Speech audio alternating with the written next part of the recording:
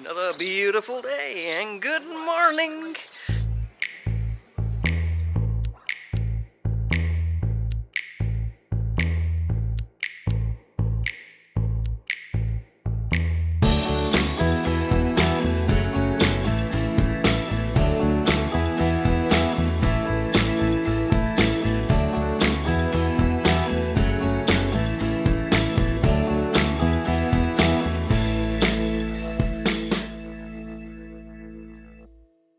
First task on arriving is finding a parking space. There's 4 or 5 car parks. A tip on the parking: the closest to walking to the entrance to the Alhambra is parking 1. Then 2 and 3 and 4 and 5 is a bit of a walk away. So obviously you want to park as close as possible, save you walking, because you're going to do plenty walking here. Now, if you've actually come by bus and you don't have a car, it is actually still fairly easy to get to La Alhambra from the city centre. There is a shuttle bus that runs about every 10 minutes throughout the day, costs €1.50 each way, and only takes about 5 minutes. You can also, if you're enthusiastic, walk up, but it is all uphill. What I recommend is you either drive or get the bus up, spend your day there, and then wander your way through the gardens on the way down.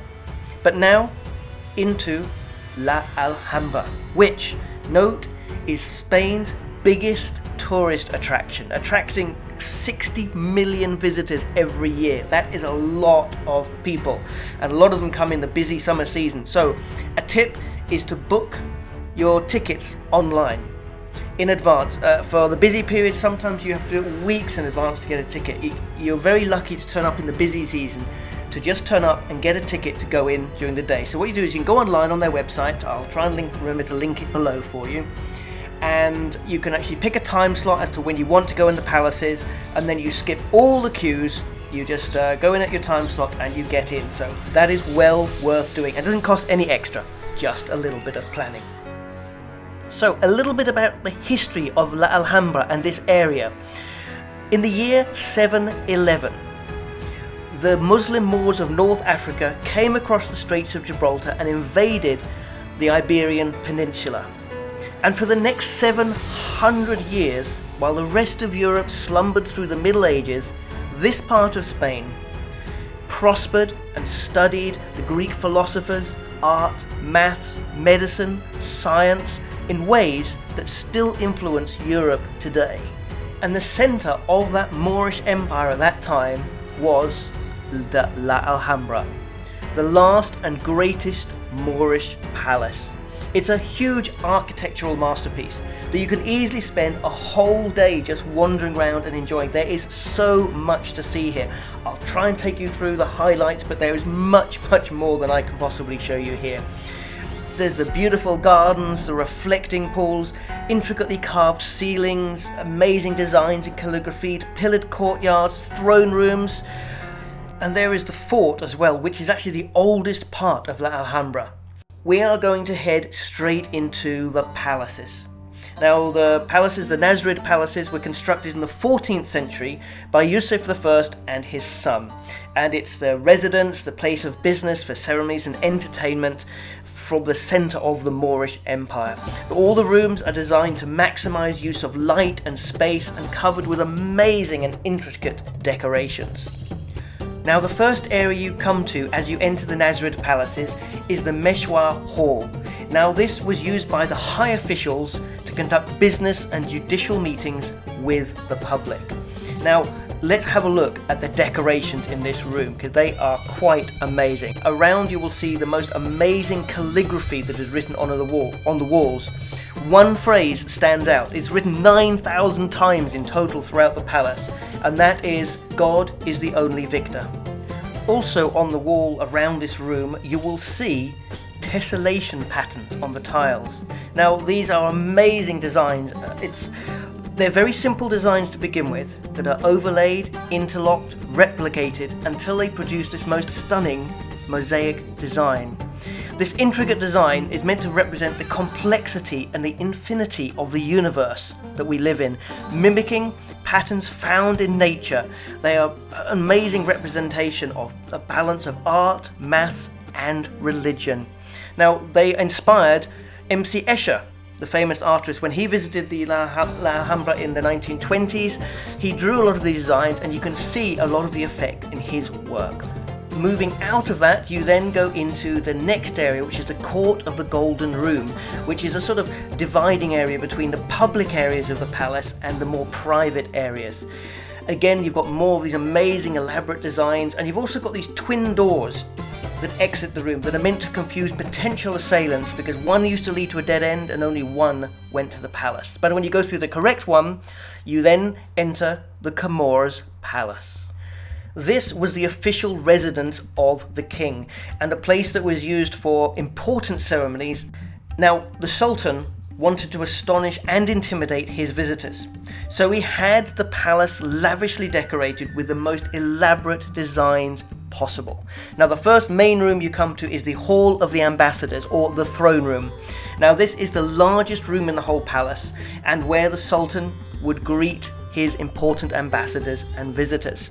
Now, his seat was placed in an alcove with beautiful decorations and a wooden lattice behind, where the light would flood in behind him and produce this dramatic, powerful silhouette which would intimidate the visitors. While the ceiling above is one of the most amazing jigsaw puzzles you will ever see. It is constructed out of 8,000 pieces of cedar wood, and it is perfectly and symmetrically put together, and it represents the 7 heavens of paradise, with Allah's throne into the center. As you pass through the Hall of Ambassadors and deeper into the palace, the next place you come to is Myrtles Court. Now, this is a beautiful, smallish garden with a stunning reflecting pool in, which gives a nice, peaceful, calm area. Now, from there, you then go past the reflecting pool, and you're then into the Palace of the Lions, which is a much more intimate area of La Alhambra and reflects a sort of later era, sort of Christian-esque type design in there, much simpler, naturalistic design. Columns and pillars dominate this area. And in the central courtyard, you will find 12 lions supporting a fountain, and the lions are spouting water into 4 channels that represent the 4 rivers of paradise. Now, as you enter this area, you will see some more geometric designs carved into the walls. Now, these are called morganas, and they're similar to a honeycomb design, very complex. Now, as you leave, on the other side, you will see moçárabes,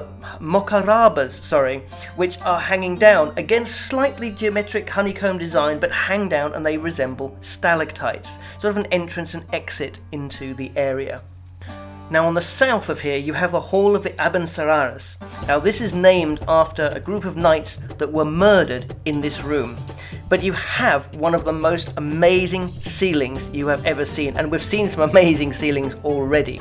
But if you look up, you will see these intricate designs creating this amazing star-shaped dome, and the way it's put together and hangs down, it seems to float above you. And as you exit the palaces at this point, you will then come to another beautiful reflecting pool with 5 arches overlooking it and a beautifully kept garden, which you could really spend hours wandering around. Now, as you're ambling around all these areas, you'll also find this huge Renaissance building slap bang in the middle of the property. It looks completely out of place in design, and that is because when King Charles V finally drove the Moors out of Spain, and La Alhambra was their last stronghold, he then built this huge palace, the most lavish palace that Spain has ever seen, right in the middle to dominate his authority over it. So there we have, there is a little summary of some of the highlights of Spain's biggest visited tourist attraction, and it is fantastic. So if you're going there and you want some information, let me know. I hope you've enjoyed this. This is a little bit different from my normal videos, but I just wanted to give you a little insight to the La Alhambra and its history. Hope you've enjoyed this. Let's pay for our parking. Let's put it in English.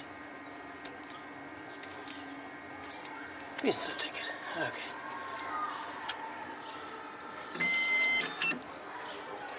Insert my ticket. €9.80. Oh my goodness! Look at that. €9.80 for 4 hours and oh dear. Okay.